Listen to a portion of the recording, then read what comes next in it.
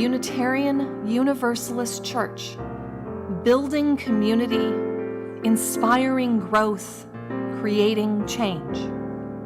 Here in the heart of Kansas City, we come together to create this hour of shared reflection so that we might be renewed in courage for these times and inspired to lives of greater dignity, higher purpose, deeper generosity, and more effective action.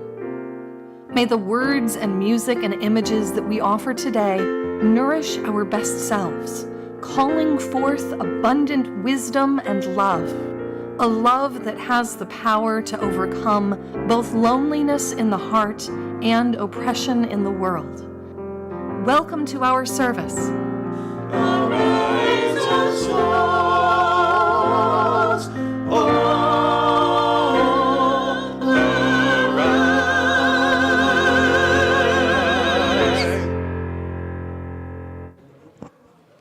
Good morning. Pretty good. I'm Beth Andes, a member of All Souls. Whether you're here today in the room or whether you're watching online, we're glad you're here. Your presence enriches all of us and our time together. We are a Unitarian Universalist congregation. Our tradition is a large tent with room for many beliefs and approaches to the questions that matter. It is our values of inclusion, compassion, and justice that hold us together. We seek to build the beloved community, making room for everyone and creating a world where everyone's needs are met. You may be new here this morning. Welcome. We know that your first time attending a church, you may want to keep a low profile and just check things out quietly. That's fine, and we're glad that you're here. And if you're excited to be here and to let all of us know who you are, we invite you to raise your hand. Are there any first-time visitors here that want to raise their hand? Yay! All right. Thank you for enriching all of us with your presence today. Whoever you are, whomever you love, wherever you are on your spiritual journey, you are welcome here. Whether you come with laughter in your heart or tears, you are welcome here. You're invited to join with us with an open mind, a loving heart, and willing hands. We welcome you today. There is a UU Basics class in the library at noon for all visitors and those who are curious, led by our lead minister, Reverend Aaron.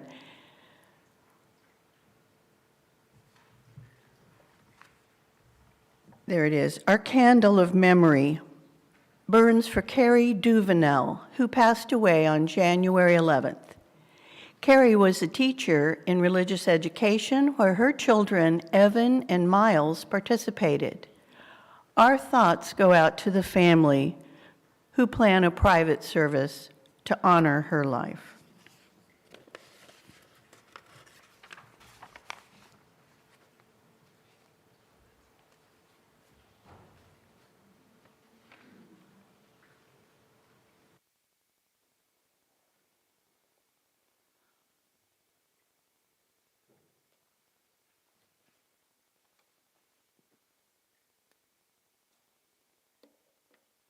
Good morning, everyone. One of the enduring functions of religious community is to guide us in recognizing the prophetic voices of the teachers who have shown us the pathways of abundant life, of right relationship and beloved community, so that we might remember their teaching as well as their example as an inspiration for our own efforts to live in righteousness and human dignity, in peace and truthfulness and hope and mutual care. Today we are summoned to honor the memories of two remarkable individuals who have left their influence upon our nation in our generation, and whose legacy will continue to shape our collective understanding of leadership, justice, and of history. We turn from laying to rest with honor and gratitude the public servant and former President James Earl Carter, whose 100 years of life bore steadfast witness to the power of one individual to change for good to create change for good in the world, and the power of community to come together and work to alleviate suffering everywhere. In addition, our thoughts are called to the memory of the Reverend Dr. Martin Luther King Jr., whose prophetic witness and wisdom initiated a renewed era of acknowledging and healing racial divisions in cities and communities across our country, and renewed dreams for greater justice, equality, and diversity in our workplaces, schools, courts, legislatures, and neighborhoods. More than memories, we are also invited to consider the qualities that ought to define leadership in a nation conceived in liberty and dedicated to the proposition that all people are created equal, as we observe the peaceful transition of power through the ceremonial inauguration of a new president.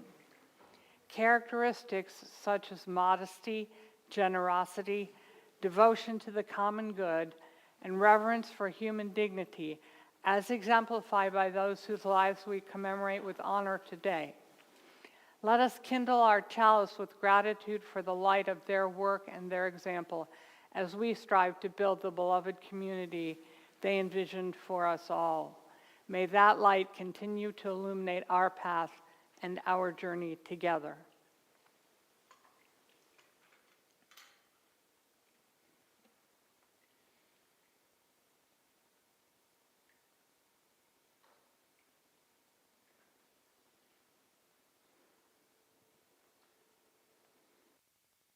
Please stand as you are able and join in the affirmation of our covenant. Then remain standing as we join together in song.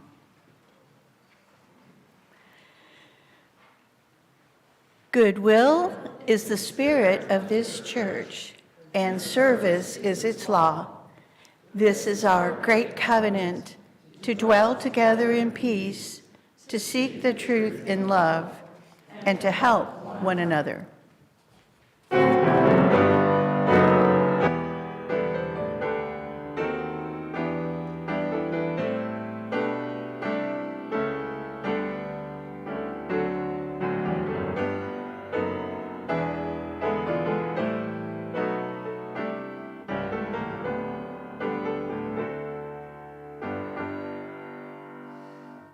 Lift every voice and sing till earth and heaven ring with the harmonies of liberty. Let our rejoicing rise high as the listening skies. Let it resound loud as the rolling sea. Sing a song full of the faith that the dark past has taught us. Sing a song full of the hope that the present has brought us. Facing the rising sun of a new day begun, let us march on till victory is won. Stony the road we trod, bitter the chastening rod, felt in the days when hope unborn had died. Yet with a steady beat have not our weary feet come to the place for which our Father sighed. We have come over a way that with tears has been watered. We have come treading our path through the blood of the slaughtered. Out from the gloomy past, till now we stand at last, where the white gleam of our bright star is cast. God of our wearies, God of our silent tears, thou who hast brought us thus far on the way, thou who hast by thy might led us into the light, keep us forever in the path we pray. Lest our feet stray from the places, our God, where we met thee, lest our hearts, drunk with the wine of the world, we forget thee. Shadowed beneath thy hand, may we forever stand, true to our God, true to our native land.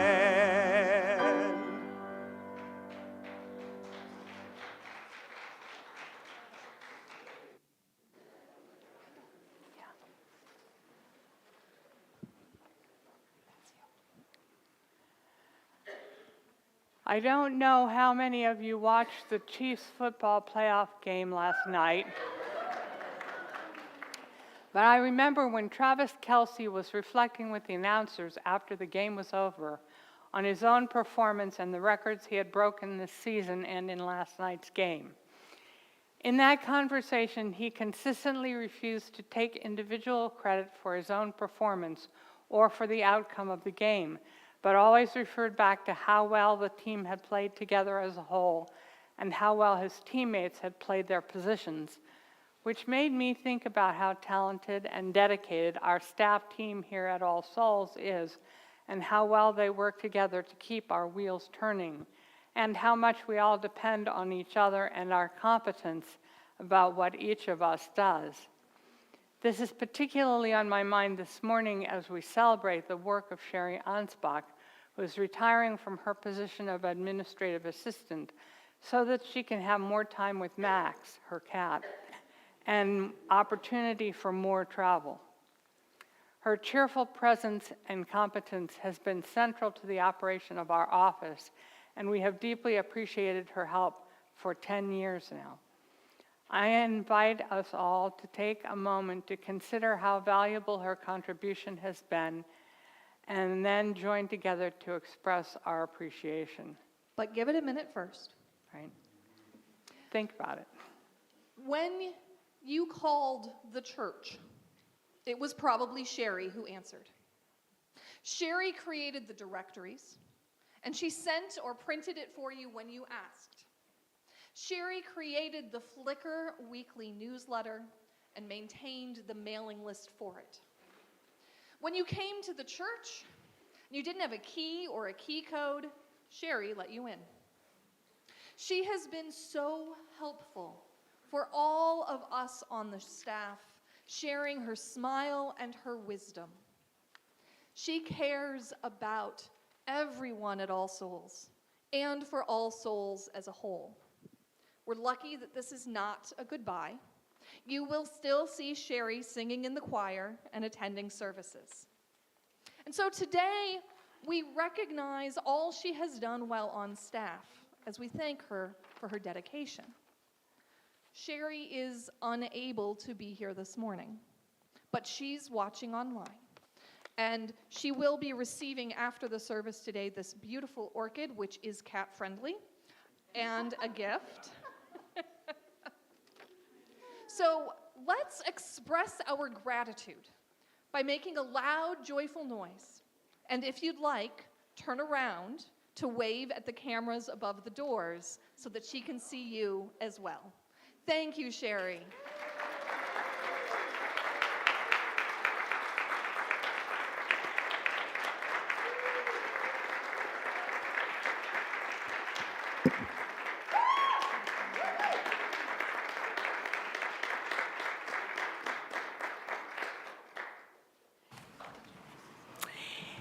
And now we'll sing a song for the children to let them know it's time for them to go to their classes. Go now in peace, may love guide all your ways. Beauty be the blessing of your nights and days. Truth on your lips and kindness in your deeds. Faith to follow where the human spirit leads.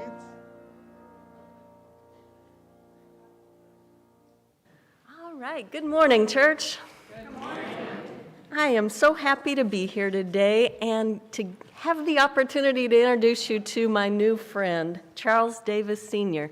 He's with the Urban League, and I don't know if any of you know about the Urban League, but he'll give us some information about it, and then you have the opportunity to share this morning with our offering, because this congregation shares the plate once a month with a local nonprofit that's doing good work. It helps extend the work that we get to do.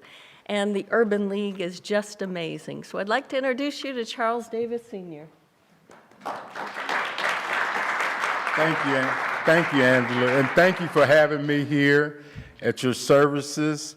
My name is Charles Davis Sr. I'm a community relations manager under the leadership of Ms. Gwendolyn Grant, our president and CEO of the Urban League of Greater Kansas City.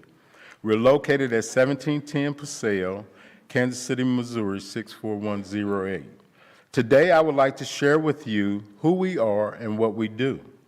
The Urban League of Greater Kansas City is a vital organization dedicated to empowering African Americans in underserved communities to achieve economic self-reliance, equality, and social justice through a comprehensive array of programs. We focus on addressing critical needs in education, employment, housing, and health. We serve as a bridge connecting individuals and families with resources, training, and opportunities that pave the way for brighter futures, whether through job readiness workshops, financial literacy programs, or advocacy initiatives. The Urban League is committed to creating pathways for success and fostering a stronger, more equitable Kansas City. At the heart of our mission is a commitment to community impact and collaboration. We partner with businesses, civil leaders, and educational institutions to address systemic disparities and empower residents to reach their full potential. Our initiatives include providing scholarships for students and workforce development programs for job seekers. By working hand in hand with the community, the Urban League of Greater Kansas City is driving positive change, uplifting lives, and building a foundation for a future where opportunity is accessible to all. Together, we are transforming lives, challenges into opportunities, and ensuring a legacy of equity and empowerment for generations to come. Thank you for having me.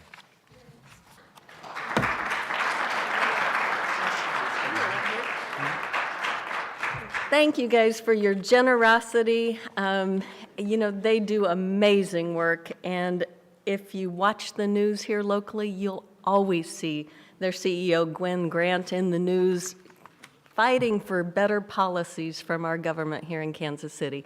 So please be generous with your support, and the offering will now be gratefully received.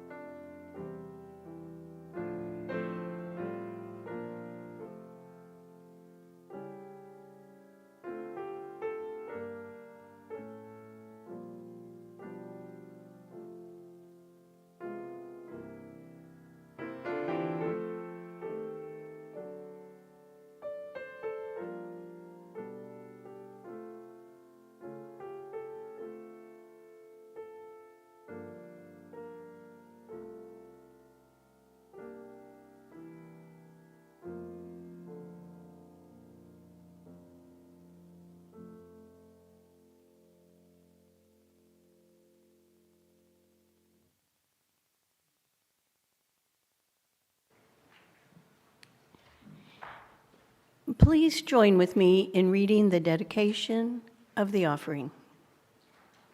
We dedicate our offerings and our actions to the mission at the heart of this congregation, to build a respectful, caring community, to inspire personal and spiritual growth, and to create change toward a just and compassionate society.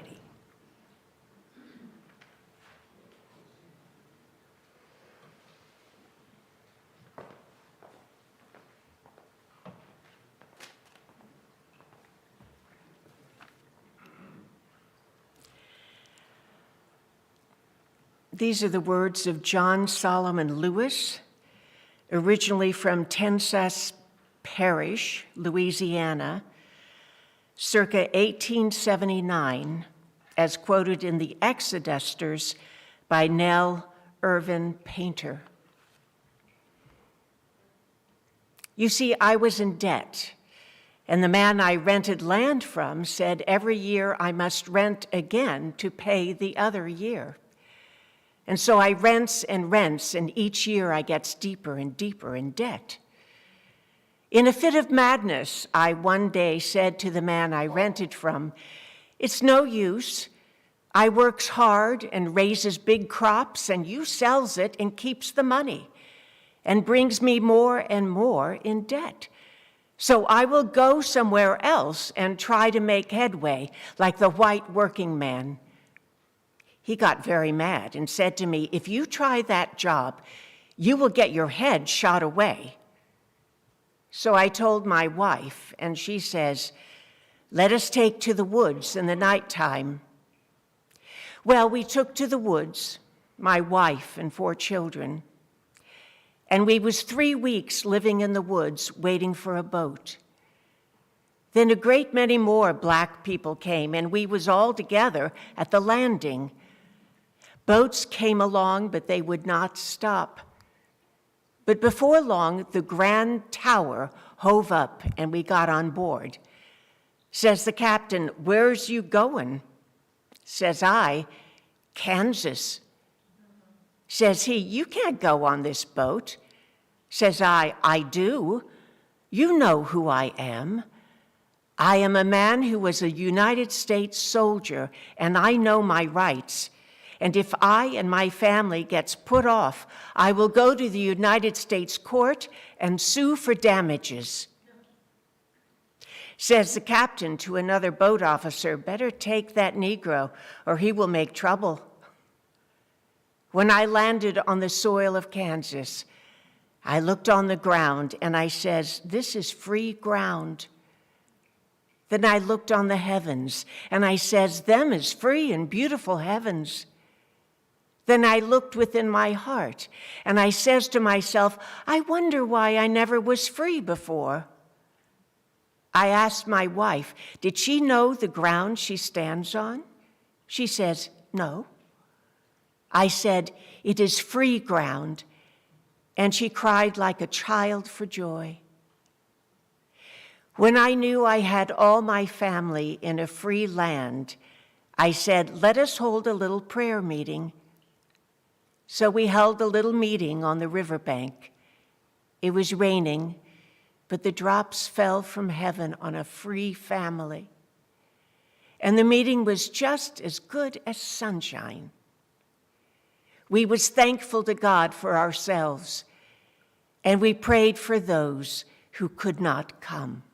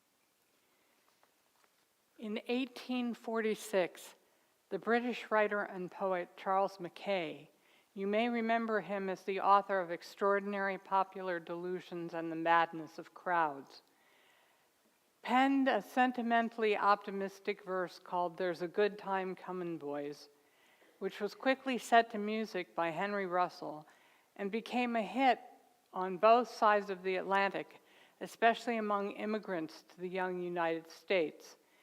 It foresaw a reformed society without war or poverty, without religious bigotry, child labor, or hereditary rank.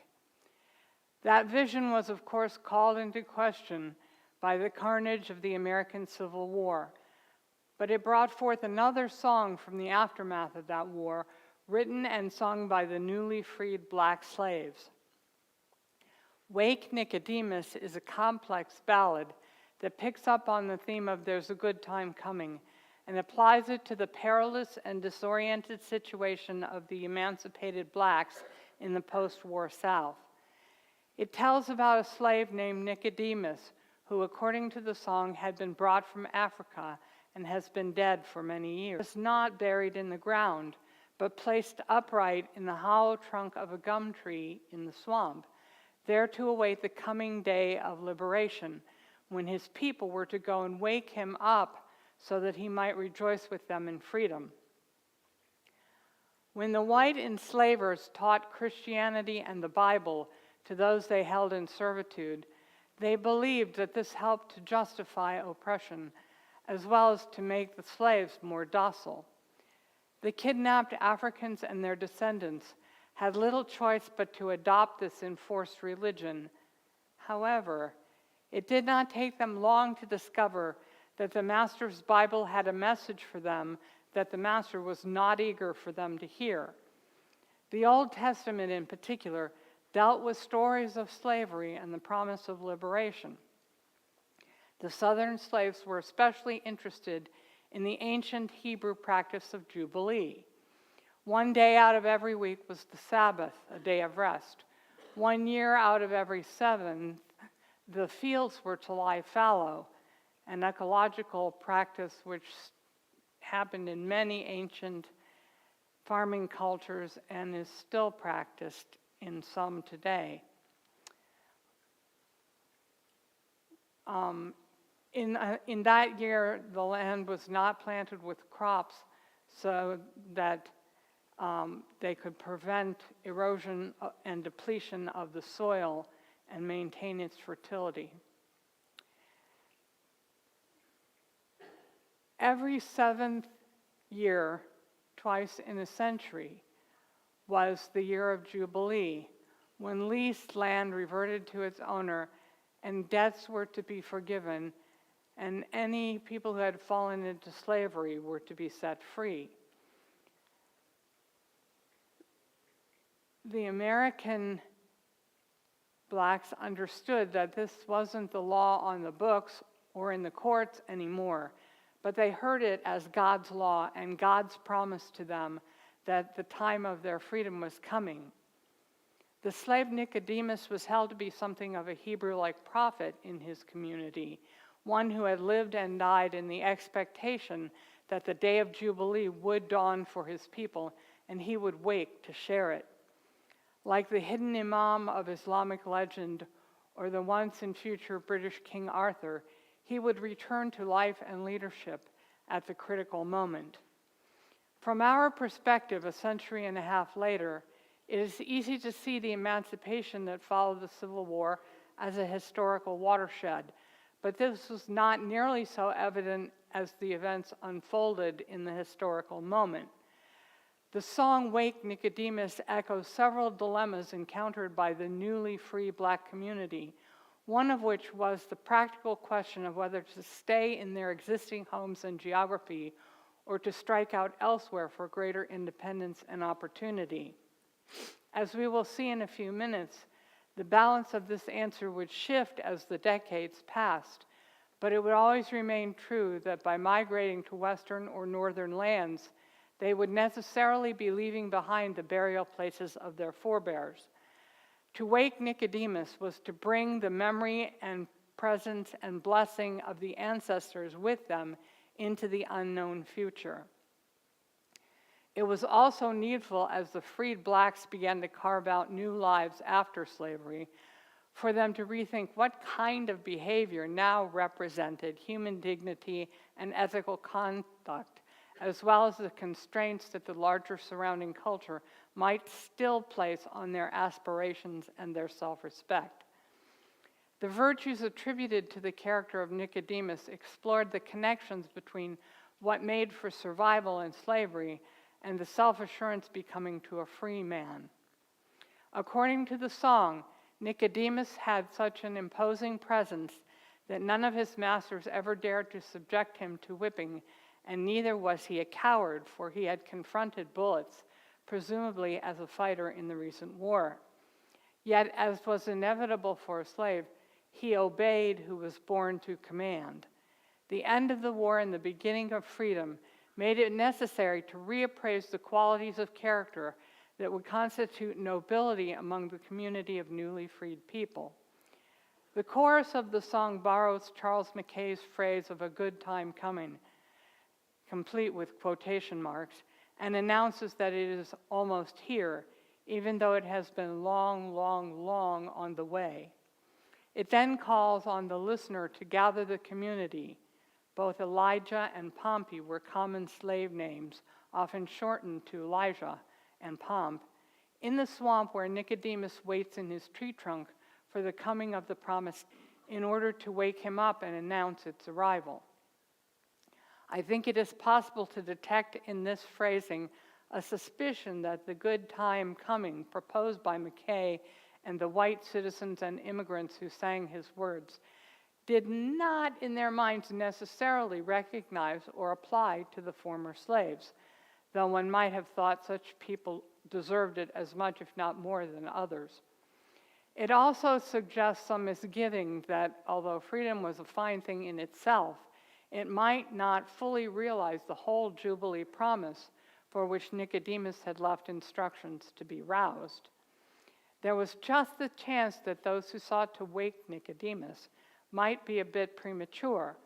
What if things did not actually improve that much for the black community? Perhaps the good time coming would elude them again, and Nicodemus be disturbed to no purpose. As these implications are unpacked from the song, it becomes easy to understand why the small group of brave and desperate black pioneers would name their new town in Kansas after the mythical slave prophet Nicodemus. The good time coming that had not actually materialized with the stroke of Lincoln's pen or the surrender of Lee's sword might finally be created by their own efforts to build a freestanding, self-sufficient place apart from white influence and intimidation. They would need the blessing of their ancestral heritage. They would need leaders of untainted dedication to the common good. They would need the memory and guidance of the olden prophets in order to succeed. They needed to wake Nicodemus from his slumbers, not merely to celebrate the dawn, but to inspire and lead them into a new day. To wake Nicodemus was to commit the community to a risky and daring hope. It was to bet everything on the day of Jubilee, not just for one individual, but for all together. Like many of our liberation movements in our own day, it could never have happened without a song.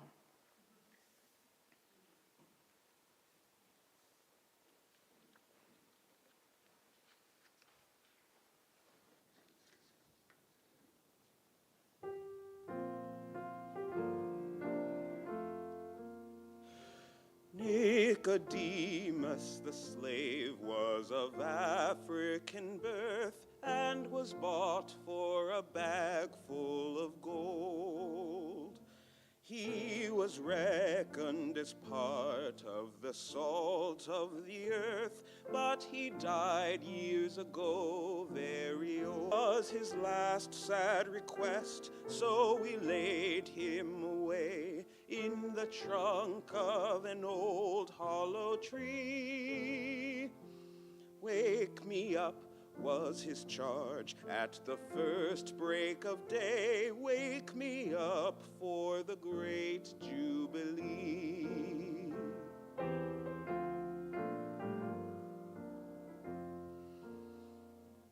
He was known as a prophet, at least was as wise, for he told of the battles to come.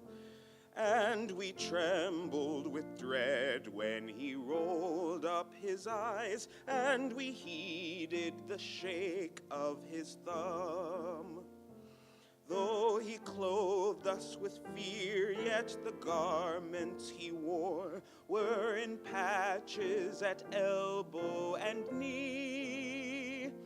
And he still wears the suit that he used to of yore, as he sleeps in the old hollow tree. The good time coming is almost here. It was long, long, long on the way. Now run and tell Elijah to hurry up, pump, and meet us at the gum tree down in the swamp to wake Nicodemus today. Nicodemus was never the sport of the lash, though the bullet had oft crossed his path. There were none of his masters so brave and so rash as to face such a man with his wrath. Yet his great heart with kindness was filled to the brim. He obeyed who was born to command. But he longed for the morning which then was so dim, for the morning which now is at hand.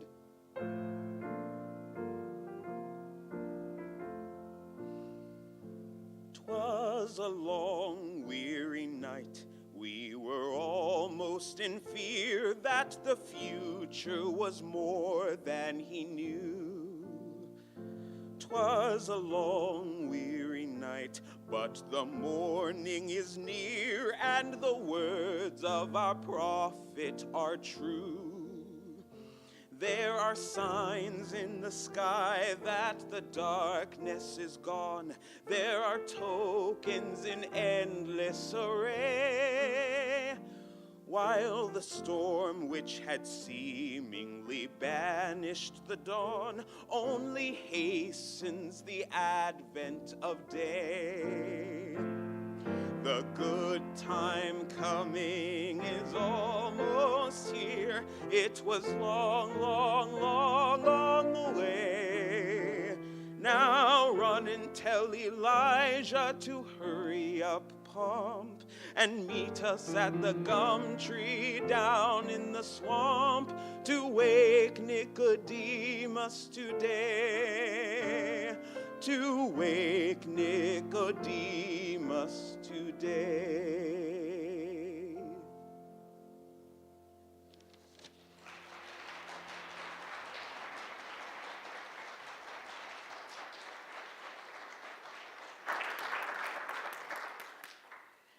There isn't much to the town of Nicodemus, Kansas these days. No stores, no restaurants, no banks, a couple of churches, one nursing home, a town hall. There never were any bars. From its beginning, Nicodemus was a dry town. If you want to spend the night, you have to drive half an hour down the highway to find a Super 8 motel. It's a little like Brigadoon, you could say. Nicodemus springs to life with vendors' tents and a handful of tourists for one weekend each summer, with a small-scale parade and fireworks and a fried chicken potluck lunch. Not on the 4th of July, as you might expect, but a few weeks after, to celebrate the anniversary of the town's founding. Freedom came earlier for some people than for others. What Nicodemus is now is a kind of historical artifact. bearing in its slowly crumbling buildings and its recent National Park Service restorations the memory of a chapter in America's national life and in the disastrous evolution of race relations in our society. Getting to know Nicodemus has been part of my orientation to Kansas City, and I have come to think that perhaps it is not possible to understand what it means to live east of Troost Avenue, or how to wrap our minds around Kansas City's reputation as the murder capital of the nation, without holding somewhere in mind the story of that 160 acres of Kansas prairie. I am such a child of suburbia, many of us are here, that it is hard for me to comprehend how much of all this is first and last a tale that is all about land. Freedom, yes, and race and politics, and suffering and courage, and mean-spirited, bloody-minded entitlement, but most of all, land. You already know the part about the slave states and the free states and Abraham Lincoln and the Confederacy and Robert E. Lee and the Emancipation Proclamation. From the perspective of the grade school history book, it is a story with an upbeat ending. Lincoln freed the slaves, and they all lived happily ever after. Until Martin Luther King and LBJ and firehouses and lunch counters, but that's a different story. So maybe the place to begin is with the Freedmen's Bank, which got started because black soldiers were fighting in the Union Army, earning wages and pensions and payments to their families when they were killed. In March of 1865, with the end of the war clearly visible on the horizon, a little more than a month before his assassination, Abraham Lincoln signed into law the charter of the Freedmen's Savings and Trust Company, which would be popularly known as the Freedmen's Bank. Originally chartered in New York by white abolitionists and liberals, the bank opened branches throughout the South and soon moved its headquarters to an expensively impressive building in Washington, D.C. It employed black tellers in order to foster confidence on the part of its intended constituency of black depositors, and sought to have prominent black citizens included on its local boards. At its height in the late 1860s, it had over 20 branches in 12 states. It was, in fact, one of the first interstate banks in the U.S.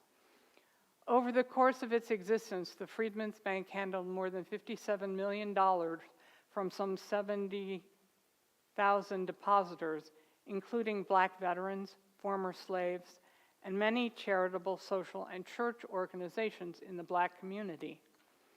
Disastrously, neither the well-intentioned white reformers nor many of the unsophisticated black leaders had much actual working knowledge of banking, and the competent financiers who were drawn into the bank's administration often proved unscrupulous and looted much of its assets for their own benefit. By the time of the national bank panic in 1873, speculative investments and mismanagement had left the Freedmen's Bank unable to ride out the crisis, and despite the intervention of national hero Frederick Douglass, who invested the bulk of his personal fortune to try to save it, the bank closed in the summer of 1874, owing its depositors almost $3 million. Some of them would eventually recoup 62 cents on the dollar of their investment. Many never recovered anything at all. This experience, which impacted every black community in the country, vaporized a decade's accumulation of working capital by those who had little enough to begin with, and created an enduring distrust of institutional financial securities or investment. One alternative to keeping your money in an unreliable bank is to invest it in real estate, and this is what most former slaves aspired to do anyway.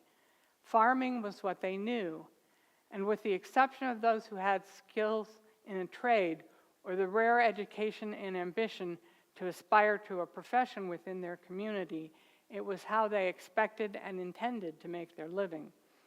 But the ownership of land was one thing that Southern whites still had, and were determined that the blacks, who they continued to regard as rightfully their labor force, should not attain. The illiteracy of many former slaves became hereditary as schools accessible to rural blacks were defunded by Southern state legislatures as soon as the Reconstructionist national troops left their capital cities. Former slaves who had served in the Union Army often had learned to read there, as well as having acquired some rudimentary awareness of their constitutional rights. They were regarded as agitators by the white landlords when they went around reading aloud to black tenant farmers the actual terms of their written contracts and credit accounts and urging them to hold creditors to these provisions in court. There was a clearly agreed unwillingness on the part of the planters to sell any land to blacks. Ownership would release the freedmen from the treadmill of tenant farming and sharecropping, allowing them to sell their own harvests and potentially, in the terms of their own expressed hopes, get ahead. By 1880, 15 years after emancipation, it was extremely rare for any former slave still living in Louisiana, Mississippi, or Tennessee to own either a house or any amount of farmland, and it was fast becoming actively against the law. The period that followed what the country remembers collectively as Reconstruction was called redemption by those who thought of themselves as the financial and cultural elite of the former Confederacy. Its aim was to recapture as nearly as possible the class structures and economic systems that had characterized antebellum Southern society. That vision specifically did not include the political participation. A daunting network of what can only be called terrorist organizations sprang up to enforce that determination. The former slaves, on the other hand, considered the right to vote to be an almost sacred, tangible manifestation of their freedom, and despite brutal intimidation, they were tenacious in their insistence on exercising it. The more things changed, the more they remained the same, no? Roving gangs of white thugs known as bulldozers routinely shot to death or beat and maimed blacks who attempted to exercise any form of political leadership, such as running for office, campaigning for candidates among black voters, organizing political rallies, speeches, or debates, or distributing information about polling places and advising potential voters. The more power that fell into the hands of redemptionist state Democrats, the more they sought to constrain the legal, political, and economic options of the freedmen and return them to a status of dependence and choicelessness. By 1879, an anonymous black refugee from the Old South, quoted in the New York Daily Herald, expressed a sense of urgency that had begun to build among his community. There wasn't no time to lose. A little while back, the Democrats got hold of one end of Congress, and now they've got the other end. The Democratic Party was the party that kept us in slavery, and the Republican Party was the party that set us free. When the party that set us free goes out, and the party that kept us in slavery comes in, it's time for the Negro to look out for himself. Constitutional amendments and all them things is very nice for the white man to talk about, but it's mighty risky business for us. The freedmen had begun to despair that they would ever achieve economic opportunity, political rights, or even basic personal safety in the places where they had once been slaves. Both courts and legislatures were wholly the creatures of the white Southern establishment, which, in addition to steadfastly preventing their acquiring land and abrogating all their rights as citizens, began to show an alarming disposition to determine where they must live, what transportation they could use, and whether and where they could travel. Less than 2 decades out of slavery, the possibility that their freedom could unravel altogether did not appear all that unlikely. Ironically, for the planters, who were in truth dependent upon the labor of their former slaves, had the freedmen had even the smallest investment in or hope for land ownership, their inertia to stay would have been far stronger. As it was, only the graves of their loved ones bound them to the soil that could never be their own. How many times in reading some story of a person or a family destroyed by the Nazi Holocaust have you mentally yelled at them, "Get out! Get out before it is too late. Never mind what you have to leave behind. Drop everything and run. Now, before it is too late. That was how the black citizens of Mississippi, Louisiana, Texas, and Tennessee were feeling in the late 1870s. The window of emancipation appeared to be closing as arbitrarily as it had opened, constitutional amendments or no constitutional amendments. And many of them were determined to get out before it was once again too late. The question was, as it so often is for refugees from one form of inhumanity or another, where could they go? Some white liberals, scratching the itch of their own unconscious racism as well as their authentic desire to do good, had long been promoting the emigration of former slaves to the colony of Liberia in Africa, which was, after all, the Negroes' homeland, as they saw it, despite the fact that the majority of freed black slaves had been born on U.S. soil. By 1875 and 6, these colonization societies also had a substantial following of former slaves. Both Presidents Grant and Hayes received numerous petitions for funding voyages of would-be colonists, but this was an expensive undertaking even for government and almost entirely prohibitive for any private individual or family, especially given the oppressed economic situation of Southern blacks. A few had also tried to buy up or be granted by federal authority tracts of land in their native states large enough to found a self-sufficient colony for freedmen, but this ran into the same resistance as individual blacks seeking to acquire their own small farms. But what about the state of Kansas, home of John Brown, bleeding Kansas that had always represented freedom and offered homesteading opportunities to blacks on the same basis as whites? Kansas that was only a train trip or a steamboat ride away. Life as a sod-busting pioneer farmer out on the prairie was no picnic, certainly, but how much worse could it be than life under the black codes and bulldozing gangs of Claiborne County, Mississippi, or Tensas Parish, Louisiana? To have your own acres and a free vote, a fair court and no landlord, how could this not be better? And so they came, with the song of Nicodemus on their lips and the dream of freedom in their hearts. In July of 1877, the first group of settlers began establishing the town, preparing for the arrival that September of 350 more colonists, who rode the train from Kentucky as far as it would take them to Ellis, Kansas, and then walked across the treeless virgin prairie, 55 miles, carrying everything they had, everything that would make do to start their new life with in freedom.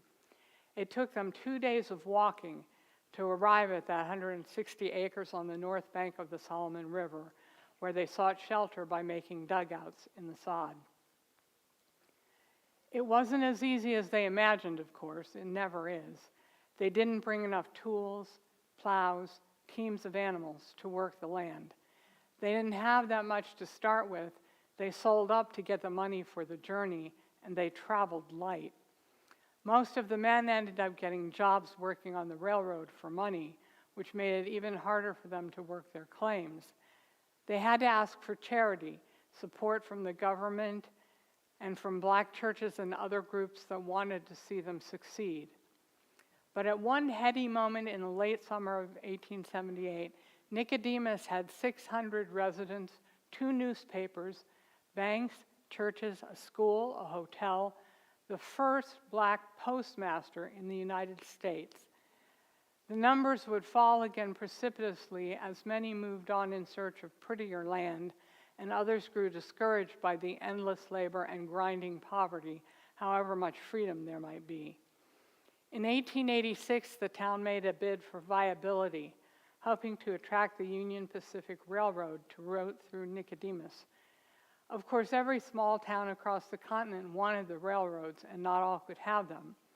But the systematic avoidance of every single community established by former slaves makes me wonder whether it may not have had something to do with the investors simply not wanting to deal with black station masters and other non-white authorities.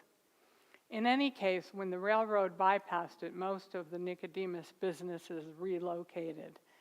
The town remained something of a social center into the 20th century, with churches and veterans populated by a handful of interrelated families. The school was closed in 1960, and the few remaining permanent residents today are aging, supported by children and grandchildren who return from cities across the country for reunions on a summer weekend. What endures of Nicodemus? 2 churches and a nursing home, a complex family tree, a fading memory, and a distant dream. Not an economically viable town, certainly, but a vision of freedom, a covenant of endurance and a moral imperative, a hint of what America might have been, what it ought to be. What shall we say? Did it succeed? I asked my wife, did she know the ground she stands on? She says, no. I said, it is free ground. And she cried like a child for joy. Nicodemus town remembers those tears. It was built out of that passionate gratitude and hope by men and women who carried their lives in their hands out onto the windswept prairie. They were willing to be thankful for next to nothing if they might have it in peace and security, in dignity and justice. I wonder what they would say to us today, those undaunted pioneers. What would they say to Sly James and Darrell Forte, or to Barack Obama and Kamala Harris? Nicodemus stirred in his gum tree trunk the day that Barack Obama was elected president of this nation. The good time coming is almost here, been long, long, long on the way. What would it take to wake Nicodemus in our day? He is sleeping still, the ancestral elder, waiting patiently for the dawn of righteousness, which is still a long, long, long time coming. That dream, that yearning expectation is precious in itself, the vision of freedom, of human dignity, of a life without oppression. You have to want it bad. You have to want it in tears and hunger and struggle. You have to want it with a patience so massive that it seems like death, with an unyielding purpose that can plant a town and see it grow and watch it die and still refuse to give up. There was another hymn they sang, those founders, and they sing it still in the church at Nicodemus at the reunions. It goes like this: I have opened my mouth to the Lord and I won't turn back. I will go, I shall go, to see what the end is going to be. It is a song about the promise that we make to one another, to the arc of the universe that bends in time, slowly but surely toward justice. A promise to whatever it is that summons us and has always summoned us to freedom. I have opened my mouth, I have made a commitment, I have pledged myself to venture into an unknown future, and I will go because that is the only way to find out what the end is going to be. There are new possibilities out there if we don't turn back, if we are determined enough to see it through.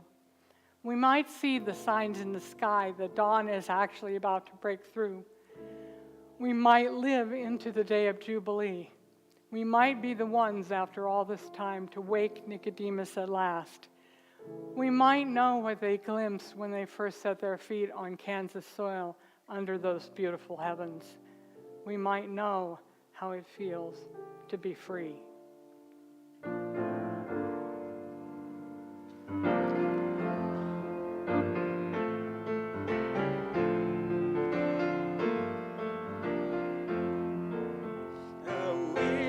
I knew how it would feel to be free.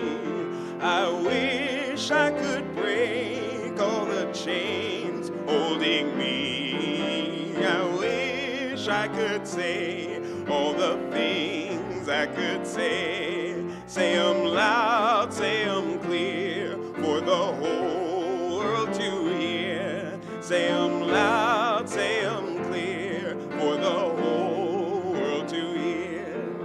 I wish I could share all the love in my heart, remove all the bars that still keep us apart. I wish you could know what it means to be me.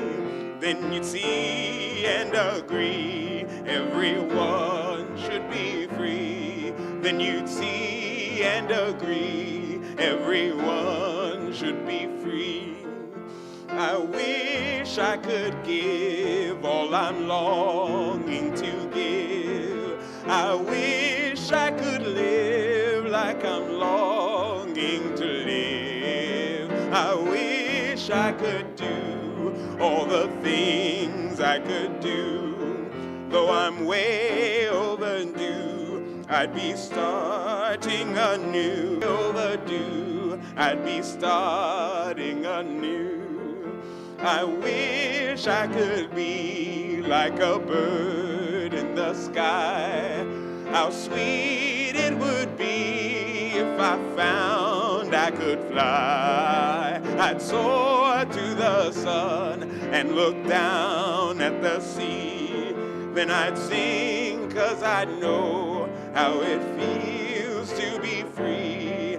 Then I'd sing 'cause I know how it feels to be free.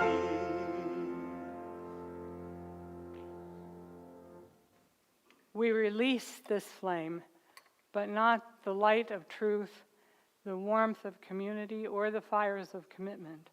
For these we send forth beyond the walls of this place and carry in our hearts and minds until we shall be together again.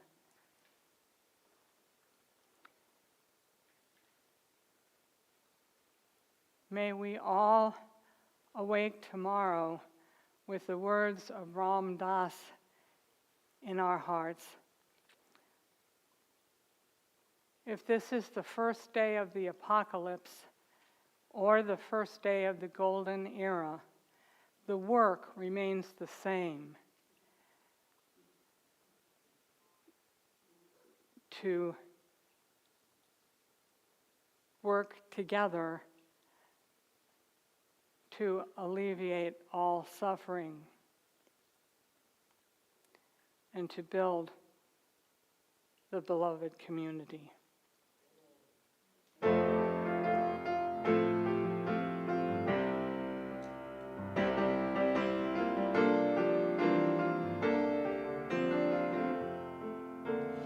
We who believe in freedom cannot rest.